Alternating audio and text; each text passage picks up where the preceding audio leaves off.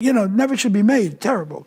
But that's what I do. I make the things that nobody else would make. When Mel Brooks opened the doors of his quiet home at 99, the man who made the world laugh sat in a silence that felt colder than death itself. Across from him sat one trusted journalist, and what he said broke the Hollywood story wide open. Rob Reiner, he claimed, wasn't just murdered. He was sacrificed by the very kindness that defined him. To the world, Mel is a comedy legend. But to Rob, he was Uncle Mel, the man who changed his diapers, shaped his career, and filled the empty seat Carl Reiner left behind. He didn't just watch Hollywood's dynasty rise. He lived it at the dinner table. And now he's grieving that his best friend isn't here to see what's come of it all. Mel said this tragedy didn't happen overnight. It was a slow-motion wreck that stretched for decades. He saw Nick Reiner not as some lost soul, but as someone who twisted his parents' love into a weapon. While the media talks about mental illness, Mel points a trembling finger at the real problem: the fatal refusal to say no. He didn't speak to mourn the dead. He spoke to warn the living. Sitting in his armchair, surrounded by a lifetime of memories, Mel's hands shook, not from age, but from rage he's buried for years. Everyone saw December 14th as a breakdown, but Mel insists it was no accident. "We watched it happen for years," he said, "and we did nothing because we loved Rob too much to stop him." Then came the memory that crushed him. Just 6 months ago, Rob had come over for their usual Sunday visit, a ritual since Carl passed away. But that day, Rob wasn't eating or joking. He was pacing, eyes darting like a man being hunted. He confessed that his son Nick was back home after another failed rehab stay. Only this time, something had changed. Nick wasn't just struggling. He was aggressive, delusional, and frighteningly entitled. And then Rob said the words that still haunt Mel's home.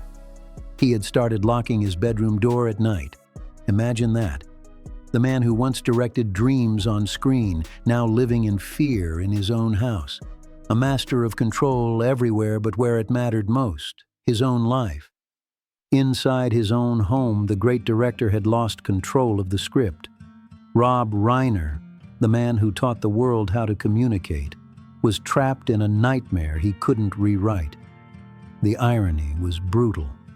The master of dialogue had gone silent, locking himself away from his own son. When Mel asked the obvious question, why not call the police? Why not get a restraining order? Rob's answer became his tragic epitaph. He said, "I promised Michelle I wouldn't give up on him. If I kick him out, he dies on the street. If I keep him here, maybe I can save him." Mel said he slammed his hand on the armrest that day. He told Rob he wasn't saving his son. He was sheltering a hostage taker. But Rob's stubbornness, the same unbreakable drive that built his career, became his undoing. That relentless Reiner grit, the will to fix every broken scene, turned deadly when used on someone spiraling out of control. Rob believed his love could protect him.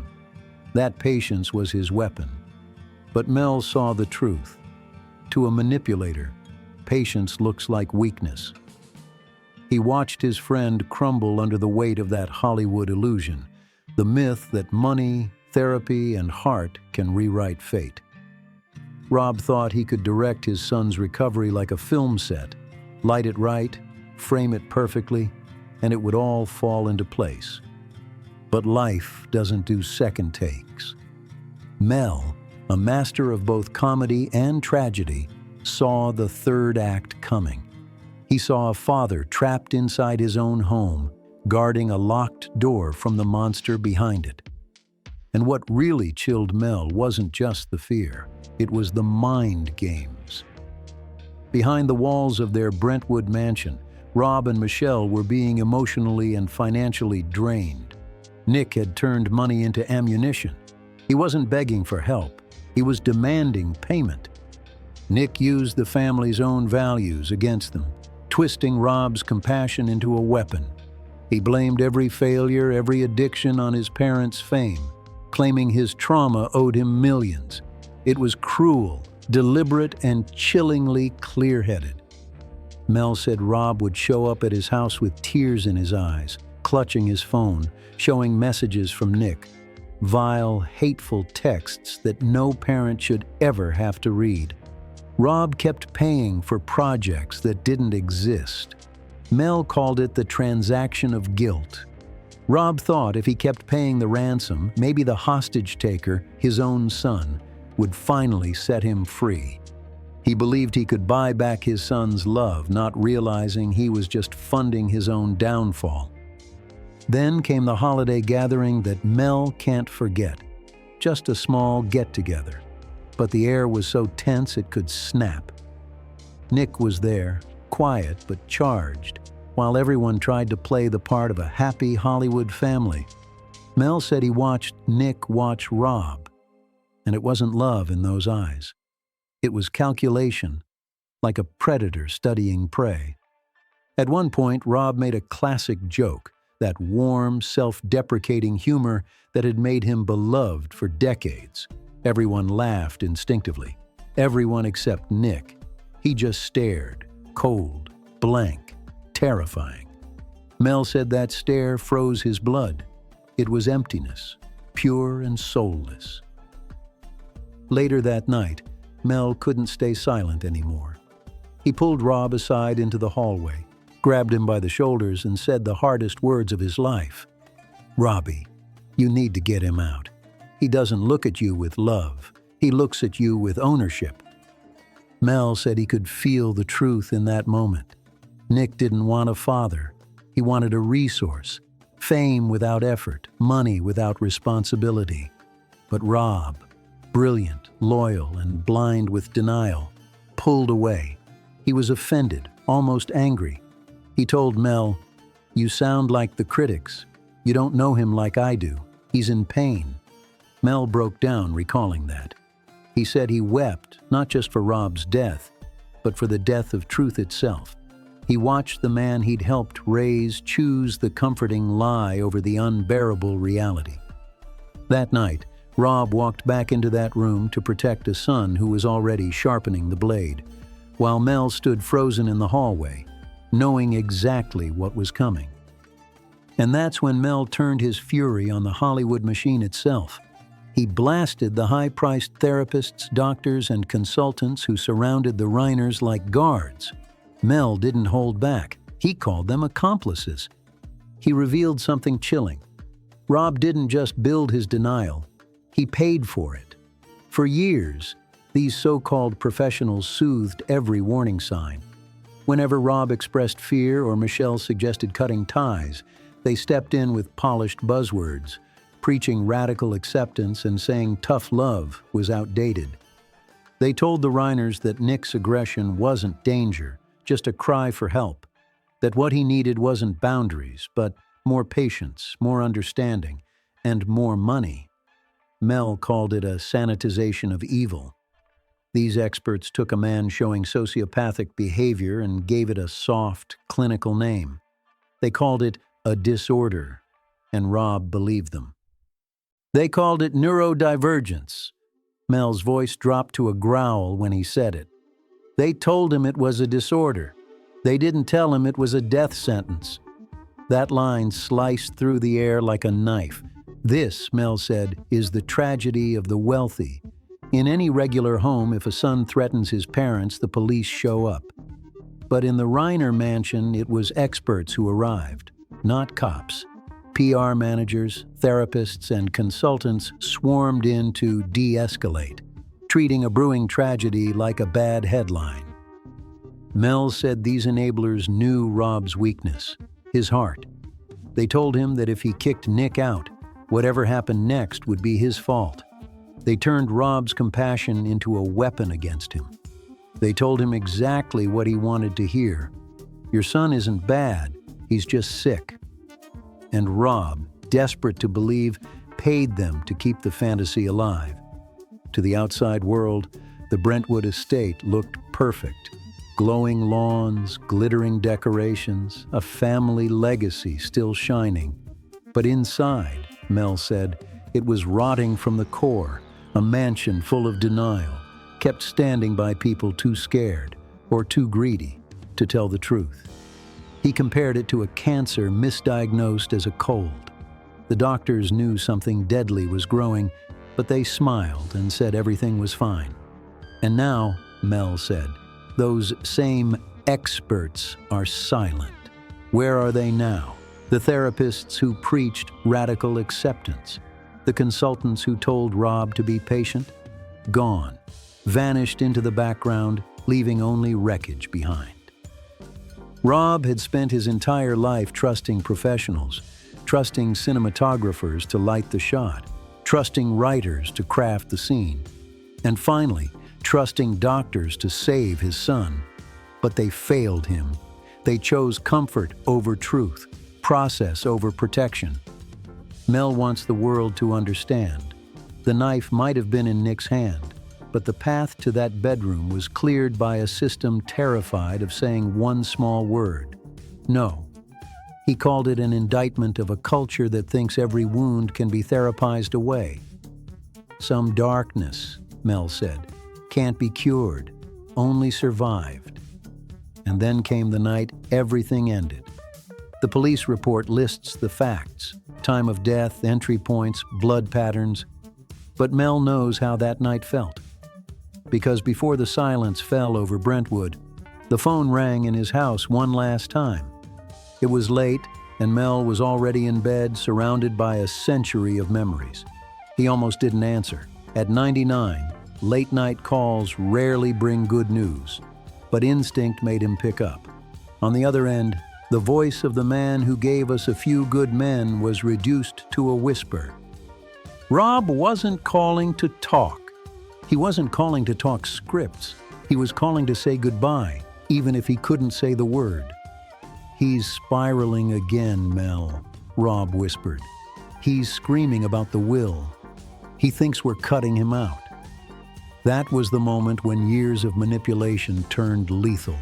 Nick wasn't just angry anymore. He was staging a takeover. He'd convinced himself his parents had stolen his future, and now he was coming to collect.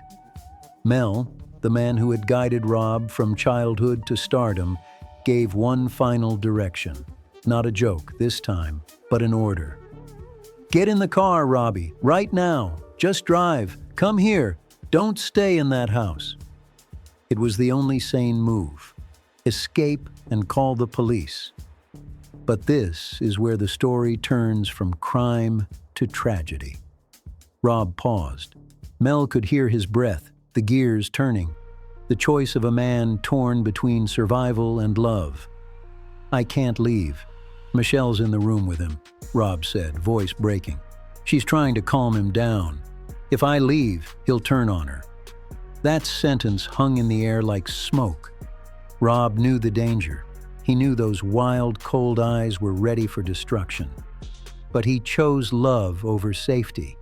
He chose to be a husband before being a survivor. Mel begged him, pleaded with him to get Michelle and run, but Rob knew it was already too late. Leaving meant abandoning her to a nightmare, and he couldn't do that. So Rob Reiner did the bravest and most tragic thing a man can do. He hung up the phone, not to run, but to walk back toward the shouting, the chaos, the son he couldn't save. That click, the final sound before silence, became the noise that still haunts Mel's dreams. It was the end of a friendship, the end of a dynasty, and the start of a horror that no script could rewrite. The media would later describe Nick as a storm, chaos personified. But Mel insists it wasn't just madness. Rob didn't die cowering. He died standing in the gap, trying to protect his wife, trying to stop a war he didn't start. The tragedy isn't only that he died. It's that his sacrifice didn't save her. Nick took them both. For Mel, that helplessness is unbearable. He's a man who spent a century fixing things, jokes, scenes, careers. But in that moment, he could fix nothing. Holding the phone, listening to the deadline hum in the dark, Mel realized the truth. The director had lost control of the set. The villains had taken over the stage. That final click didn't just end Rob Reiner's life. It detonated decades of buried resentment. And as Mel sat alone in his living room, surrounded by ghosts of laughter and legacy, he understood what no headline could explain. This wasn't just madness. It was envy that had festered for years in the dark. Being born a Reiner was supposed to be a blessing, but to Nick, it was a curse. Carl Reiner built comedy. Rob Reiner shaped cinema. And Nick stood in their shadows, climbing a mountain that was already conquered. Mel said Nick had talent, yes, but not grit. He wanted the applause without the grind, Mel said, voice heavy. When Hollywood didn't worship him, Nick turned that anger toward his father, convinced that Rob's success had stolen his own. It wasn't just envy, it was punishment. He wanted to destroy the man whose greatness reminded him of his own failures. But Nick didn't spiral alone. Mel leaned forward in the interview, eyes burning.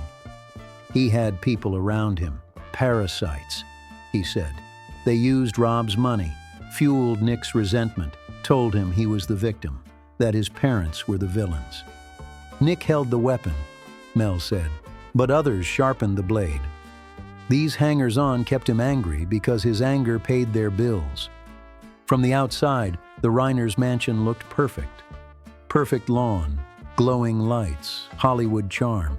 But inside, greed, jealousy, and manipulation had already hollowed it out.